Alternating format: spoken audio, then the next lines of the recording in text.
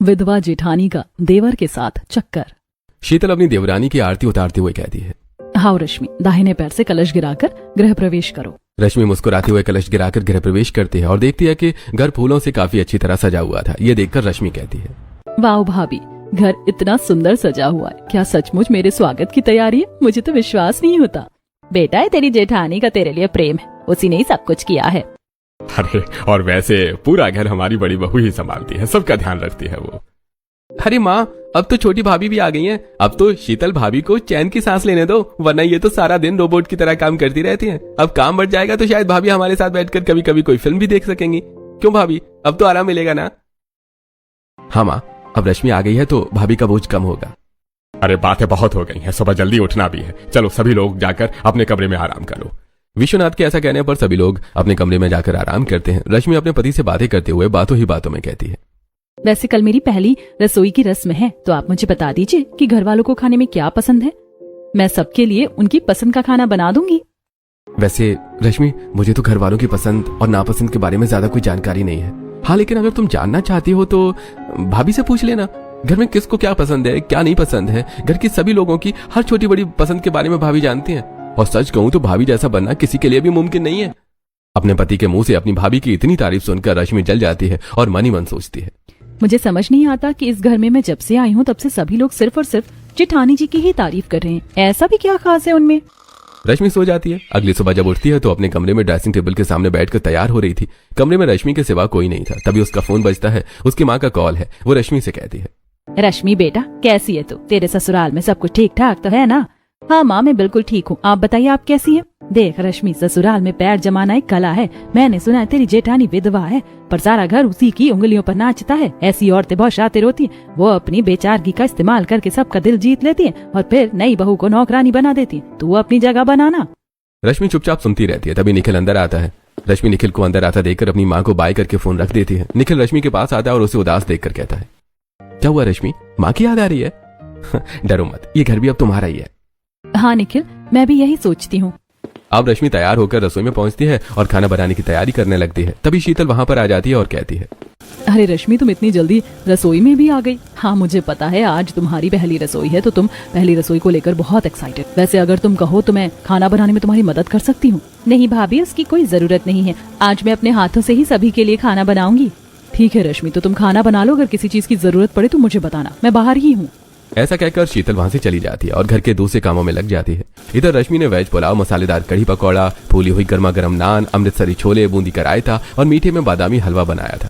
थोड़ी देर बाद dining table पर पूरा परिवार इकट्ठा होता है। रश्मि गर्व से सबको खाना परोसती है। ससुर जी पहला निवाला खाकर कहते हैं, अरे वाह बहू, रश्मि बहू, हलवा तो वाकई बहुत बढ़िया बना है। मेहनत साफ दिख रही है। शोभा, देखो हमारी छोटी बहू के हाथों में भी कम जादू नहीं है। हाँ पिताजी, रश्मि ने सुबह से 1 मिनट भी कमर सीधी नहीं की। बहुत दिल से बनाया है उसने सब कुछ। सच में रश्मि, हलवा तो एकदम लाजवाब बना है। अब तो मेरी दोनों बहुएं इस घर के 2 पहिए हैं। अब मुझे रसोई की चिंता करने की जरूरत नहीं। शीतल, तू इसे धीरे धीरे सब सिखा देना। रश्मि देखती है कि सभी लोग खुश होकर तारीफ करते हुए खाना खा रहे हैं, लेकिन आर्यन चुपचाप खाना खा रहा है। ये देखकर रश्मि आर्यन से कहती है, देवर जी, आप तो कुछ बोल ही नहीं रहे। आपको कढ़ी कैसी लगी? मैंने खास आपके लिए ज्यादा पकौड़े डाले हैं। भाभी, खाना तो अच्छा है पर सच कहूं तो शीतल भाभी के हाथ की कढ़ी का कोई मुकाबला नहीं है। आपका खाना भी अच्छा है, पर भाभी जैसा स्वाद शायद ही कोई ला सके। ये सुनकर रश्मि का चेहरा एकदम से पीला पड़ जाता है। उसकी सारी मेहनत, सारा पसीना एक पल में बेकार हो गया। उसे ऐसा महसूस होता है जैसे उसका अपमान किया गया हो। रश्मि को अपनी जेठानी से अब और ज्यादा जलन होने लगती है। वो मन में सोचती है, खाना अच्छा होने के बावजूद भी देवर जी ने जेठानी जी की तारीफ की। ये लड़का जानबूझकर मुझे नीचा दिखा रहा है। सभी लोग खाना खा लेते हैं। उसके बाद रश्मि सारे बर्तनों को इकट्ठा करके किचन में जाती है और सिंक में बर्तन धोने लगती है। तभी शीतल वहां आती है और कहती है, तुम रहने दो रश्मि, तुम अभी नई नई आई हो, ये बर्तन मैं धो लूंगी। तुम जाकर आराम करो। भाभी, मैं कोई मेहमान नहीं हूँ, मैं कर लूंगी। वैसे भी आप तो सालों से ही इस घर को अकेले संभालते आई हो। अब मेरी भी तो कुछ जिम्मेदारी बनती है। ये सारी जिम्मेदारियां जिंदगी भर आप खुद ही उठाना चाहती हैं क्या? नहीं रश्मि, मेरा वो मतलब नहीं था। मैं तो बस तुम्हारा बोझ कम करना चाहती थी। आर्यन छोटा है, उसकी बातों को दिल पर मत लिया करो। उसे बस मेरे हाथ के खाने की आदत पड़ गई है। धीरे धीरे उसे तुम्हारे हाथ का स्वाद भी बहाने लगेगा। शीतल की बात सुनकर रश्मि मुस्कुरा देती है और बर्तन धोने लगती है और रश्मि फिर अपने कमरे में जाकर आराम करती है।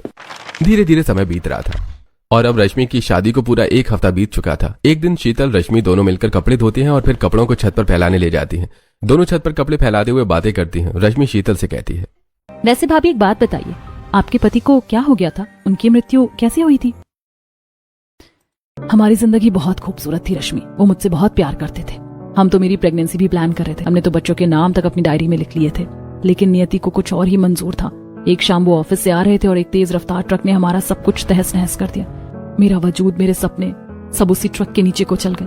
अब तो बस उनकी यादें ही जीने का सहारा है। पति के बिना जीना भी कोई जीना होता है। मैं समझ सकती हूँ भाभी, शायद भगवान को यही मंजूर था। वैसे घर के सभी लोग आपको बहुत प्यार करते हैं और अब तो उनके साथ साथ मैं भी आपसे जुड़ गई हूँ। शीतल रश्मि की बात सुनकर मुस्कुरा देती है। लगभग शाम हो रही थी, इसलिए वो दोनों नीचे उतर आती हैं और किचन में जाकर खाना बनाने लगती हैं। तभी आर्यन वहां आता है। उसके हाथ में नथुलाल चाट भंडार का एक बड़ा पैकेट है।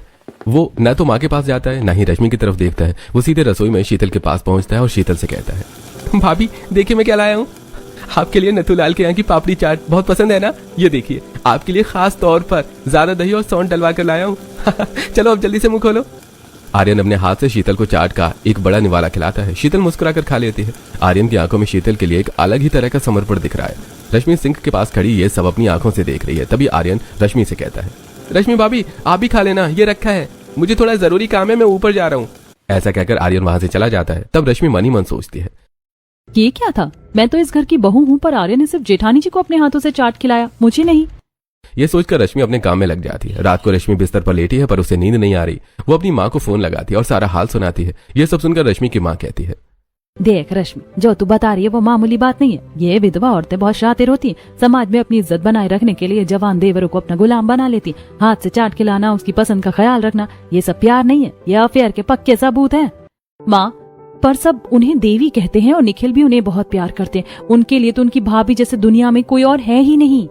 रश्मि अपनी माँ से काफी देर तक बातें करती है और फिर फोन रख देती है और सो जाती है। अगले दिन शाम को शीतल अपनी सास के पास आती है और कहती है, माँ जी घर में सब्जियां खत्म हो गई है, मैं बाजार जा रही हूँ। हाँ बहू ठीक है, तू जा कर ले आ। अब शीतल अकेली बाजार चली जाती है। थोड़ी देर बाद निखिल आता है। रश्मि को एक सुंदर सी ड्रेस में तैयार हुआ देखकर कहता है, अरे तुम तो बहुत सुंदर लग रही हो, ऐसा लग रहा है कि एक बार तुमसे फिर से शादी कर लूं। आपने कहा था ना कि आप मुझे घुमाने ले चलोगे, इसीलिए मैं तैयार हूँ। अरे बातें ही बनाती रहोगे या चलोगे भी? फिर निखिल रश्मि को लेकर बाहर घूमने निकलता है। वो एक अच्छे रेस्टोरेंट में पिज्जा, बर्गर, नूडल्स ये सब खाते हैं। वापसी में रश्मि की नजर सड़क के उस पार एक मशहूर आइसक्रीम पार्लर पर पड़ती है। वहां के पारदर्शी शीशे से वो देखती है कि शीतल और आर्यन एक कोने वाली टेबल पर बैठे हैं। आर्यन बहुत हंस रहा है और अपनी चम्मच से शीतल को आइसक्रीम चखा रहा है। शीतल के चेहरे पर भी वैसी ही मुस्कान है जैसी किसी प्रेमिका के चेहरे पर होती है। रश्मि निखिल से कुछ नहीं कहती और मन ही मन कहती है, झूठी, घर पर बोल कर आई थी कि सब्जी लेने जा रही है और यहाँ देवर के साथ डेट बना रही है। ये तो सरासर पूरे परिवार के साथ धोखा है। ससुर जी को पता चलेगा तो क्या होगा? थोड़ी देर बाद रश्मि निखिल के साथ घर पहुंचती है और अपनी सास से कहती है, माँ जी जेठानी जी अभी तक नहीं आई क्या? नहीं बेटा, वैसे उसे गए काफी देर हो गई है, बस आती ही होगी। कल्पना ऐसा कह रही थी कि तभी शीतल वहां आ जाती है, लेकिन उसके हाथ में सब्जियां नहीं थी। कल्पना कहती है, अरे आओ आओ शीतल बहू, तुम सब्जियां ले आई क्या? माँ जी बाजार में सब्जियां बहुत बासी थी और दुकानदार बहुत ज्यादा दाम मांग रहा था, इसीलिए मैं कुछ नहीं लाई। मैंने सोचा आज बेसन के गट्टे बना लेते हैं, सबको पसंद भी है और घर में बेसन रखा भी है। अरे चलो कोई बात नहीं बहू, बेसन के गट्टे बना लो। मुझे भी तुम्हारे हाथ बेसन के गट्टे की सब्जी पसंद है और साथ में लच्छा पराठा भी बनाना। हाँ हाँ पिताजी, मैं वही बना लेती हूँ।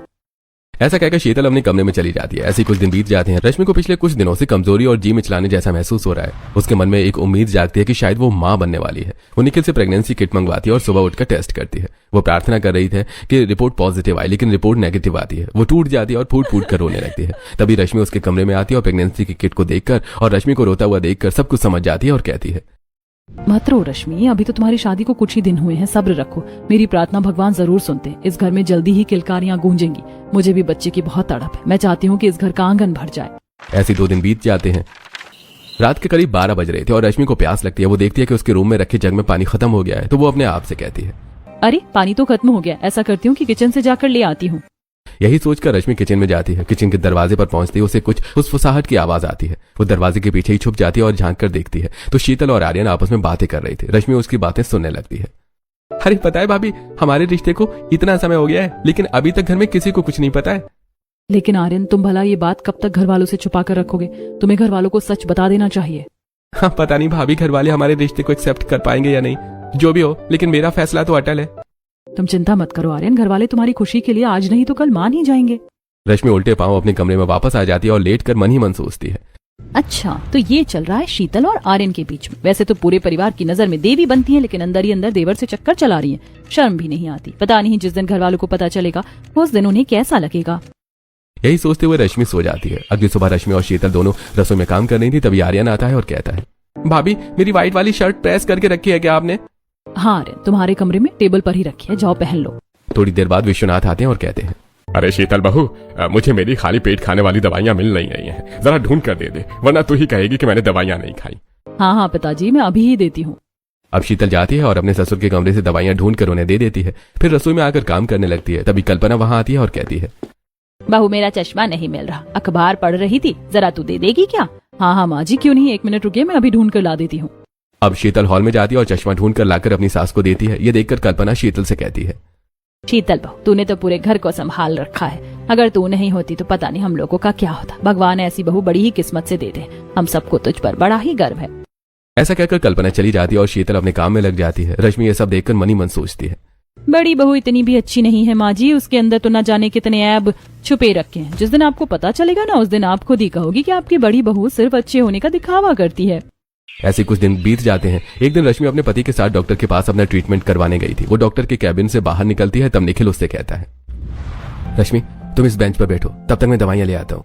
ऐसा कहकर निखिल दवाइयां लाने चला जाता है। रश्मि इधर उधर देखने लगती है, तभी उसके सामने शीतल और आर्यन आते हुए दिखाई देते हैं। उनके हाथ में कुछ रिपोर्ट्स थी। रश्मि एक दरवाजे के पीछे छुप जाती है और देखने लगती है। दोनों बातें करते हुए आ रहे थे। भाभी जैसा हम सोच रहे थे वैसा कुछ भी नहीं है, सब कुछ नॉर्मल है, ये बहुत खुशी की बात है। बातें करते हुए वो दोनों रश्मि के सामने से निकल जाते हैं। तो रश्मि मन ही मन सोचती है, हे भगवान, कहीं ये दोनों यहाँ प्रेगनेंसी टेस्ट करवाने तो नहीं आए थे। थोड़ी देर बाद निखिल आ जाता है और वो लोग घर आ जाते हैं। उनके आने के थोड़ी देर बाद शीतल भी घर आ जाती है। ऐसे ही शाम हो जाती है। रश्मि देखती है कि शीतल कमरे में नहीं है, तो वो कमरे में जाती है और अस्पताल की रिपोर्ट ढूंढने लगती है। तभी उसे तकिए के नीचे एक लिफाफा मिलता है। वो उसी अस्पताल का है जहां रश्मि गई थी। वो रिपोर्ट निकालती है, लेकिन रिपोर्ट कुछ मिटी हुई थी, इसलिए साफ समझ में नहीं आती। रश्मि उसे अपने साथ अपने कमरे में ले जाती है और अपने तकिए के नीचे रखते हुए मन ही मन सोचती है, हे भगवान, मेरी रिपोर्ट नेगेटिव आई और कहीं मेरी ये विधवा जेठानी प्रेग्नेंट तो नहीं है। ये रिपोर्ट ही इनकी असलियत बताने के लिए काफी है। ऐसी रात हो जाती है और पूरा गहरी नींद में सोया है। अचानक बिजली गुल हो जाती है। रश्मि को बहुत प्यास लगती है और वो रसोई की तरफ बढ़ती है। तभी उसकी नजर अचानक सीढ़ियों के ऊपर जाती है। वो देखती है कि आर्यन ने शीतल को कमर से पकड़ रखा था और दोनों बातें कर रहे थे। ये देखकर वो अपना फोन निकालती है और उन दोनों का वीडियो बना लेती है और अपने कमरे में आ जाती है। ऐसे कुछ दिन बीत जाते हैं। एक दिन रश्मि तैयार होकर पार्लर के लिए निकल रही थी, तभी कल्पना से कहती है, अरे रश्मि बहू, कहीं जा रही हो तुम? हाँ माँ जी, जरा पार्लर जा रही थी। रश्मि बहू, पार्लर कल चले जाना, आज शीतल के सर में दर्द है तो जरा तुम रसोई संभालो। लेकिन माँ जी, मैंने पार्लर में पहले अपॉइंटमेंट ले रखा था।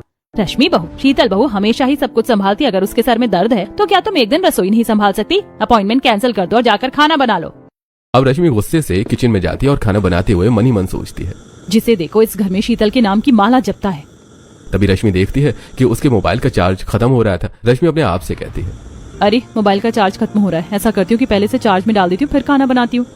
ये सोचकर रश्मि अपना फोन लेकर अपने कमरे में चार्ज करने के लिए जा रही थी। तभी वो देखती है कि शीतल के कमरे में शीतल और आर्यन दोनों बैठे हैं। रश्मि चुप कर देखने लगती है और साथ ही वीडियो भी बनाने लगती है। आर्यन शीतल को एक ब्रेसलेट दिखाते हुए कहता है, भाभी देखकर बताओ ये ब्रेसलेट कैसा लग रहा है? सचमुच आर्यन, ये ब्रेसलेट बहुत सुंदर, इतना सुंदर ब्रेसलेट तो शायद ही किसी को गिफ्ट में मिला हो। भाभी से संभाल कर रख लो, वरना कोई देखेगा तो पता नहीं क्या सोचेगा।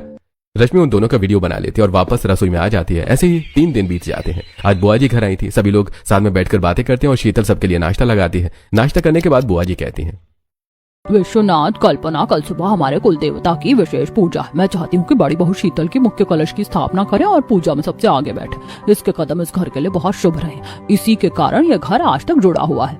लेकिन बुआ जी, जेठानी जी तो विधवा है और मैंने सुना है कि विधवा औरत किसी शुभ काम में नहीं बैठती। आप कहीं तो मैं और निखिल बैठ जाए पूजा में। रश्मि बहू, इन सब दकियानुसी बातों को हम नहीं मानते और वैसे हमारी बहू के कदम इतने शुभ है कि वो जो काम करती है वो सिर्फ शुभ ही होता है। हाँ, रश्मि माँ सही कहती हैं। वैसे भी बड़ी होने के नाते पूजा में बैठने का अधिकार सिर्फ भाभी को है, हमें नहीं। ये सारी बातें सुनकर अब रश्मि से बर्दाश्त नहीं होता और वो गुस्सा होते हुए कहती है, बस कीजिए आप लोग, बहुत हो गया। जिसे आप इस घर का भाग्य और शुभ कह रही हैं, वो असल में इस घर की सबसे बड़ी बदकिस्मती और कलंक है। ये विधवा जेठानी पूजा में नहीं बैठ सकती क्योंकि इसका चरित्र मैला हो चुका है। रश्मि तुम पागल हो गई हो? हाँ, होश में आओ, ये क्या कह रही हो? पागलपन मैं नहीं कर रही, पागल ये दोनों हमें बना रहे हैं। देखिए ये वीडियो, देखिए कैसे ये जेठानी जी रात के सन्नाटे में देवर के साथ रोमांस करती हैं। ऐसा कहकर रश्मि अपने मोबाइल के वीडियो सभी को दिखाती और कहती है, ये विधवा प्रेग्नेंट है। मेरे पास अस्पताल की रिपोर्ट है जिस पर आर्यन के साइन है। ये सब्जी का बहाना बनाकर बाहर आर्यन के साथ डेट पर जाती है और आर्यन अपने हाथ से इसे आइसक्रीम खिलाता है और रसोई में ये दोनों आधी रात को बातें करते हैं। आर्यन इसे सुंदर ब्रेसलेट देकर सबसे छुपा कर रखने को कहता है और तो और सीढ़ियों पर रात में भी इसे देवर के साथ रोमांस करने में डर नहीं लगता। शर्म आनी चाहिए आप दोनों को, इस घर की इज्जत को नीलाम करते हुए। रश्मि की बात सुनकर हॉल में खामोशी छा जाती है। शीतल खड़ी खड़ी कांप रही है और फूट फूट कर रोने लगती है और रोते हुए रश्मि से कहती है, रश्मि, पति के चले जाने से मेरा सुहाग उजड़ा है, मेरा आत्मसम्मान नहीं। विधवा होना मेरी किस्मत थी, लेकिन मेरा चरित्र क्या है ये मेरी परवरिश और मेरी नियति तय करती है। जो तुम कह रही हो वो ठीक नहीं है। तभी आर्यन आगे आता है। उसके चेहरे पर अब डर नहीं बल्कि उसकी आंखों में गुस्सा था। वो गुस्से में लाल पीला होते हुए कहता है, भाभी, बोलने से पहले आपको एक बात सच तो जान लेना चाहिए था। कहीं ऐसा ना हो कि सच जानकर आपको शर्मिंदा होना पड़े। अच्छा, शर्मिंदा मुझे होना चाहिए, आप दोनों को नहीं? मुझे यकीन नहीं आता कि कोई इतना बेशर्म कैसे हो सकता है कि सबूत मिलने के बाद भी अपनी गलती न माने। भाभी, आपको गलत फहमी हुई है। वैसे बात सिर्फ मेरी होती तो मैं आपको कोई सफाई नहीं देता, लेकिन बात मेरी माँ जैसी भाभी की है, इसलिए मैं आपको सफाई जरूर दूंगा। उस दिन मैं भाभी के कमरे में गया और मैंने उन्हें अपनी गर्लफ्रेंड के बारे में सारी बातें बताई। भाभी, मैं उसे बहुत प्यार करता हूँ। कॉलेज में हम दोनों साथ थे, लेकिन वो बहुत गरीब है, इसलिए मेरी हिम्मत ही नहीं हो रही है कि मैं घर में उसके बारे में बात कर सकूं। मुझे पता है माँ और पिताजी नहीं मानेंगे। अरे नहीं नहीं देवर जी, ऐसी कोई बात नहीं है, हम मिलकर उन्हें मनाएंगे। वो बात की बात है भाभी, पहले आज आप उससे मिल तो लो। मैंने उसे आइसक्रीम पार्लर में बुलाया है, आप किसी बहाने से वहां आ जाना। भाभी सब्जी लेने के बहाने से मेरे कहने से ही झूठ बोलकर आइसक्रीम पार्लर आई थी और वहां भाभी के और मेरे साथ पायल भी मौजूद थी, जिसे आपने नहीं देखा। चलो माना कि आइसक्रीम पार्लर में आपने अपनी गर्लफ्रेंड से मिलवाने के लिए जेठानी जी को बुलाया था, लेकिन जो किचन में आप दोनों की बातें मैंने सुनी कि हमारे रिश्ते के बारे में किसी को पता नहीं चलना चाहिए, वो क्या था? उस दिन अचानक पायल का फोन आया था और उसे अच्छा नहीं लग रहा था और वो मुझसे बात करना चाहती थी। घर में किसी को पता न चले, इसलिए मैं किचन में जाकर पायल से बात करने लगा। तभी भाभी पानी पीने आई और मुझे देखकर बोली, अच्छा, तो छुप छुप कर यहाँ अपनी गर्लफ्रेंड से बातें हो रही हैं? हाँ भाभी, लीजिए, आप भी पायल से बात कीजिए। फिर भाभी ने भी पायल से बात की। फोन रखने के बाद हम दोनों पायल और मेरे रिश्ते के बारे में ही बात कर रहे थे और आपको लगा कि मैं भाभी और अपने रिश्ते के बारे में बात कर रहा हूँ। हो सकता है कि किचन में आप दोनों की बातों से मुझे गलतफहमी हो गई हो, लेकिन मैंने आप दोनों को खुद ही अस्पताल में एक साथ देखा था।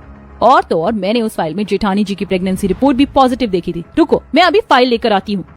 ऐसा कहकर रश्मि अपने कमरे में जाती है और अपने तकिए के नीचे से प्रेगनेंसी रिपोर्ट लेकर आती है और निखिल के हाथों में देते हुए कहती है, ये देखो निखिल, तुम खुद ही पढ़ लो। निखिल रिपोर्ट को खोलकर पढ़ता है और रश्मि को दिखाते हुए कहता है, हाँ रश्मि, ये प्रेगनेंसी रिपोर्ट जरूर है, लेकिन इसमें तो किसी कृतिका का नाम है। रश्मि भी रिपोर्ट लेकर देखती है तो निखिल सच कह रहा था। तब आर्यन कहता है, हाँ भाभी, कृतिका पायल की बड़ी बहन है। पायल अकेली हॉस्पिटल जा रही थी और उसे डर लग रहा था, इसलिए मैं और भाभी भी पायल के साथ कृतिका का प्रेगनेंसी टेस्ट करवाने वहां गए थे। और वो जो उस दिन तुम शीतल भाभी को ब्रेसलेट देकर कह रहे थे कि इसे छुपा दो वरना घर वाले पता नहीं क्या सोचेंगे, वो क्या था? भाभी, आपको उससे पहले की बात भी सुनना चाहिए था जब मैं ये कह रहा था। देखिए भाभी, मैं पहली बार पायल के लिए इतना सुंदर गिफ्ट लाया हूँ। बस आप बता दीजिए कि वो कैसा है। अगर आपको पसंद आया तो पायल को भी बहुत पसंद आएगा। कल हमारे रिश्ते की एनिवर्सरी है और इसलिए मैं ये लेकर आया हूँ। और मैं पायल के लिए लाया हुआ ब्रेसलेट ही शीतल भाभी को छुपा कर रखने के लिए कह रहा था। यह सब सुनकर रश्मि काफी आश्चर्यचकित होती है और फिर वो और बात को याद करते हुए आर्यन से कहती है, अगर ये सब कुछ सच नहीं है तो वो क्या था जो मैंने उस दिन सीढ़ियों पर देखा था? वो भी एक झूठ था भाभी, जो आपकी आंखों ने देखा। उस दिन मैं अपने कमरे में जा रहा था और भाभी नीचे उतर रही थी। तभी अचानक उनका पैर फिसला और वो गिरने वाली थी। मैंने उन्हें पकड़ लिया और उसी समय आपने हमें देखा होगा और ये वीडियो भी बनाई होगी। अब रश्मि की आंखों के सामने सारी बातें साफ हो रही थी। तभी कल्पना कहती है, शर्म आनी चाहिए बहू तुझे, आर्यन और शीतल बहू के बारे में ऐसी बातें करते हुए। माँ सही कह रही है रश्मि, बिना सोचे समझे तुमने आर्यन और भाभी पर इतना बड़ा इल्जाम लगा दिया कि तुम्हें अपनी पत्नी कहने में भी मुझे शर्म आ रही है। एक मिनट, ये तो सारी बातें ठीक है, लेकिन मुझे ये बताओ, आर्यन की आज तुम दोनों की सुबह क्या बात हो रही थी? आर्यन, ये बात रश्मि को किसी भी तरह पता नहीं चलना चाहिए, वरना फिर हमारा सारा प्लान चौपट हो जाएगा। अब बताओ, क्या पता नहीं चलना चाहिए मुझे? आर्यन अंदर जाता है और एक सुंदर चॉकलेट केक लेकर आता है जिस पर मोमबत्तियां लगी हुई थी और रश्मि का नाम लिखा हुआ था। आर्यन केक टेबल पर रख देता है और कहता है, भाभी, आज रात को आपका जन्मदिन है। शीतल भाभी ने ही कहा था कि हम आपके लिए एक बड़ा सरप्राइज प्लान करेंगे ताकि आपको एहसास हो कि घर आपका भी है। वो जो आपने सुना कि किसी को पता न चले, वो आपके इसी केक और सरप्राइज पार्टी के बारे में था। हम नहीं चाहते थे कि आपको पहले से पता चले। ये सब सुनकर रश्मि के पैरों तले जैसे जमीन खिसक जाती है। वो अपनी माँ के उन साजिशी शब्दों को याद करती है जिन्होंने उसकी बुद्धि पर पर्दा डाल दिया था। वो दौड़कर शीतल के चरणों में गिर जाती है और उसके पैर पकड़कर फफक फफक कर रोने लगती है और जोर से कहती है, अभी मुझे माफ कर दीजिए, मुझे इस घर में रहने का कोई हक नहीं, मैंने सबका सर झुका दिया। शीतल उसे उठाकर अपने सीने से लगा लेती है और प्यार से समझाते हुए कहती है, तुमने जो कहा वो गलत था, पर तुम्हें अपनी गलती का एहसास है तो मैं तुम्हें माफ करती हूँ। शक का कोई इलाज नहीं होता, पर प्यार का है। तुम मेरी देवरानी नहीं, मेरी छोटी बहन हो। ये सब कुछ देखकर पूरा परिवार भावुक हो जाता है। तब बुआ जी कहती हैं, वैसे आर्यन, इन सब में देखा जाए तो गलती तेरी ही है, इसीलिए अब तो अपनी गलती सुधार और पायल को पूरे परिवार वालों से मिला। और भैया भाभी बच्चों की खुशी में ही हमारी खुशी, इसलिए अमीर और गरीब को भूलकर पायल को अपने घर की बहू स्वीकार कर लेना। और हाँ पूजा, मैं अभी 15 दिन बाकी है। जब आप लोग आओ तो अपनी दूसरी बहू को भी अपने साथ लेकर आना। अच्छा, मैं चलती हूँ।